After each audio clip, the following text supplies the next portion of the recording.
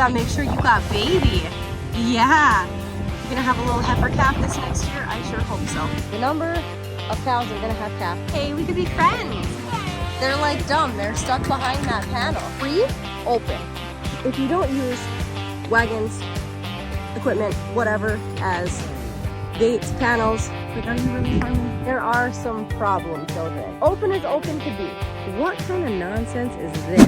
Hey guys, welcome back to our channel. If you are new here, this is Rock Hard Ranch, where we are just trying to keep agriculture alive. We have a small but growing herd of cow-calf pair cattle, a herd of Nigerian dwarf goats, 2 poly pigs, and 1 horse. We don't have the biggest operation, but we're trying to do the best that we can with the operation that we've got, trying to grow our herd 1 set of hooves at a time. And today we are getting ready because the vet is coming out to preg check our cattle.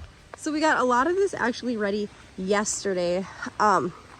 Specifically getting those pens ready. We have to do a little bit more shimmying in the barn, get some of our supplies set up, get the cows caught, but she's going to be here in a couple hours, so we have a little bit of time to get stuff ready. We've already started getting some of our equipment together. She's going to preg check them. We're going to work them. Anybody who doesn't have a tag is going to get a tag.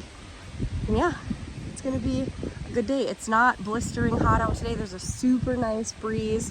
I think the high is going to be 77, but it is nice and windy today, which I'm very thankful for because it has been a hot fall so far. Hey Dodie girl, we gotta make sure you got baby. Yeah.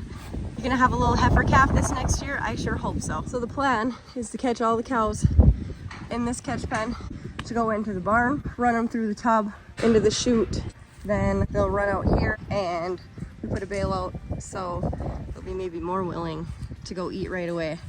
All right, so he's going out to get them.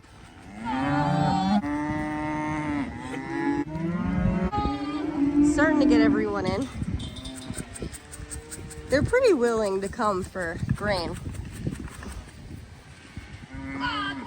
They're like dumb. They're stuck behind that panel.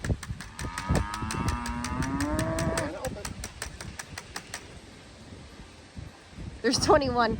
Can I have some of that? Everyone's caught. That went really well. They're really good with the bucket. So, and everyone's been in the barn. Pretty much everybody calves out in the barn, so they know what this is all about. Typically that means that they get their own little private suite. Would you look at that? A couple little escape artists. Oh, that's the new one. That's the new baby. She's trouble already. We put these panels up yesterday. This fence is... it's not very good, and we didn't want anyone pushing through it, getting rammy, anything like that. So we put these panels up that we had. Hopefully it'll deter everyone from trying to get out. I really don't think they're going to be that rambunctious because we sent everybody that was rambunctious. Anybody that had an attitude problem or had a calf problem this year, they went. No more dealing with it. It's too hard as it is. And then if you have grumpy, mean mama cows or mama cows that don't take care of their babies, it's too hard. There's another place for them. So our herd has really chilled down. We've got actually some pretty docile, tame girls that I don't think are going to give us too much problem today. A couple of our heifers we have had in the chute, and they did get a little rambunctious, but still much better than what it was because we had some real jerks here for a long time. This barrier is much better than I thought it was going to be. 2 hay wagons and a couple extra panels worked. If you're not using stuff like this to make a barrier, are you really farming? This is the newest calf. I'll try to sneak up on her.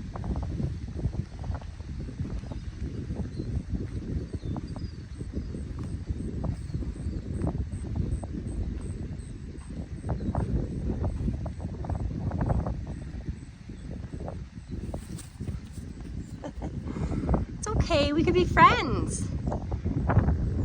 You don't want to be friends? Of course not. What kind of nonsense is this? What a whirlwind yesterday it was. What are you doing? You need to go back in with your mom. This is one of the twins. Why are you out here? What's going on? Why are you out here? You need to go back in with your mom. Leave him alone, Slate. Leave him alone. What a whirlwind yesterday was. So the vet came out yesterday and preg checked all of our cows. That was some crazy chaotic, just nutsness. That was the first time we had ever run our cows through the chute to preg check them. It went well. It really went well. Our vet said that we were actually pretty organized, even though it felt like a literal circus, but the results are in. We ran 33 cows through the chute, preg checked them. Of those, no, sir, no. Of those, 8 are open or less than 24 days. She couldn't really call them completely open because the bull is still here. He's going to be going home very soon. Okay, so with that being said, we should have 25 babies next year, at least 25 babies next year. That's not to say we're not going to lose 1 or 2 or whatever, but the number of cows that are going to have calf is 25.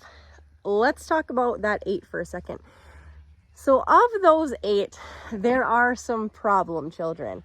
We bought a group of 5 cows that were supposed to be heifers from the sale barn, and one of them died soon after we got her. And then the other 4 all had calves. Interestingly enough, when we bought them, they were said to be bred black. We had a black baldy, and she had a literal Hereford calf. The calf is completely red and white. He is not black with a red tinge. He's red. He's red and white. He is not black and white. He is not like tinged red and white. He is red and white. So that was kind of strike 1. Also with those cows, when we bought them, some were green tag, some were yellow tag. So some were bred 4 to 6, some were bred 7 to 9.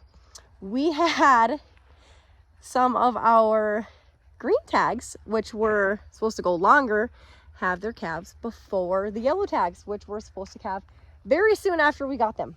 And that did not happen. So multiple strikes on these cows. The 3, see, 1 died. There's 4 left. One of them was bred, like she thought, 26 to 28 days. She said it looked like there was some fluid, or like edema or whatever they look for on the ultrasound, but she couldn't confirm it for sure just because it was so early. The other 3, open as open could be. I mean, except she can't really say open because the bull's still here, but she certainly did not see any baby like she did with the rest of them. So that takes care of 3 for sure, plus the one that might be early, might not, probably not going to have a calf. I don't know. So that's 4 right there. We also checked some of our 2023 heifers that had been roaming out with the bull, that we kept back as replacement heifers. A couple of those were open. Dixie, who is Belle's sister, she was open. And number 59, who had the twins, she was open as well. So I didn't necessarily expect her to breed back because she has been in this catch pen. Chevrolet, Rip, you're getting too far away. Rip. She'd been in this catch pen with her calves literally since she had them in April. So the only bull that she was exposed to was Juice, and with them completely sucking her dry all the time, I just didn't even think that she would ovulate. And I'm not surprised that she's not bred. But that's kind of the rundown of who's not bred. Now, that leaves some exciting stuff. So 8 kind of sounded like a scary number.